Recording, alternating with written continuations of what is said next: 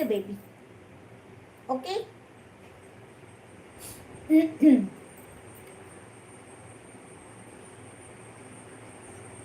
பத்தியா துரை, நம்ம வீட்ல எல்லாம் சோப்பா தாண்டா செல்ல இருக்கும்.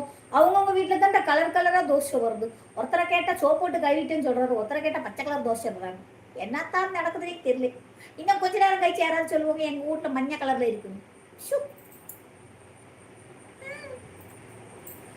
புதினா இல்ல தோசை. புதினா தோசையான இல்லை இல்ல, நான் வேப்பால தோசையா இருக்கும்ல நினைச்சேன்.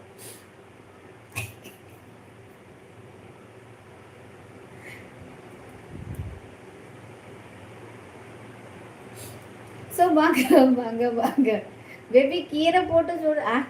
பேபி நீ வெரைட்டியா கொண்டு வர்ற பேபி, வேலைக்காவது பேபி நமக்கு வாண்டா, நமக்கு சாதா தோசை போதும். ஆமா கரெக்டு. தக்காளி வச்சா தக்காளி தோசை, முட்டை போட்டா முட்டை தோசை, இலை போட்டா பச்சை கலர் தோசை. என்னப்பா தோசை இது? மாவெல்லாம் ஒண்ணுதான், அது மேல வைக்கிற